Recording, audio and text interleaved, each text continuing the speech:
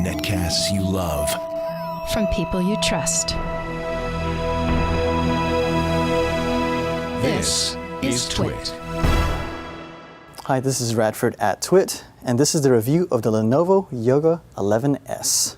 The Yoga 11S is basically an ultra-portable Windows 8 hybrid that works as a laptop and a tablet. The tablet portion of it is basically a 1366 by 768 resolution display that's using capacitive touchscreen, of course, and runs the full Windows 8 experience. The Yoga runs from a variety of processors from the i3 to the i7.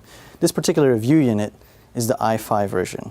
So the i5 Intel processor is not using the latest version like the Haswell processors, but it's using the more outdated ones.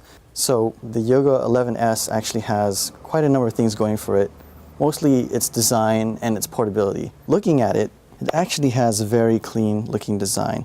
It comes in two colors, silver and orange.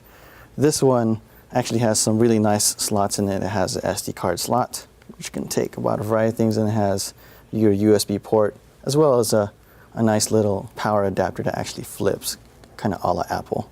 Then you have on this side here an HDMI port, an extra USB port, and your typical headphone jack. This one is actually a USB 3 port, but for the most part, it's the same thing you would expect from other ultra portables. It has a pretty clean keyboard that's very similar to what we're seeing on today's laptops, and it has your trackpad.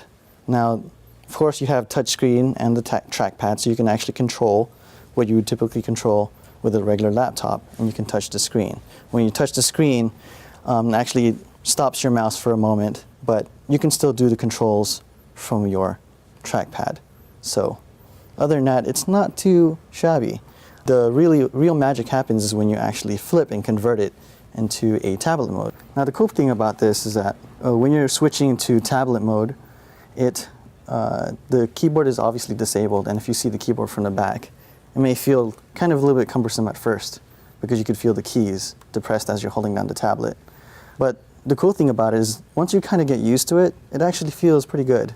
Holding it left and right, and the fact that you're touching the mouse pad doesn't really have any consequential issues with the interface, but you can still pretty much do what you'd normally expect to do on a regular tablet. I think one of the things I really wanted to point out is the fact that there's actually some pretty good speed in this laptop, and part of that's due because we're running at a more lower resolution. And so let me just show a couple of things here, something that's kind of important, like the gaming aspect. So you can actually use the touch screen, and you can see right now the graphics are actually pretty fast on an i5. And this is a pure Windows 8 app running this, so it's not too bad. I think the only thing that really bugs me is the fact that the timing of this is just so off. We have new Intel CPUs that are running on the Haswell chipset, and those use much less power. So this one is still using the more outdated versions of the Intel i5 CPU, and it'd probably be best to wait.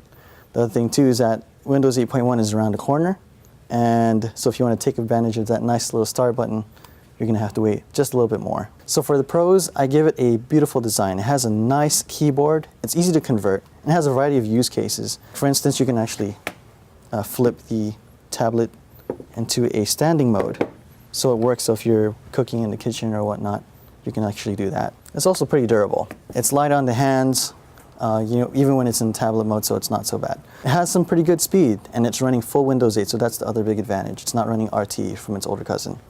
The cons is that it's using an outdated Intel CPU.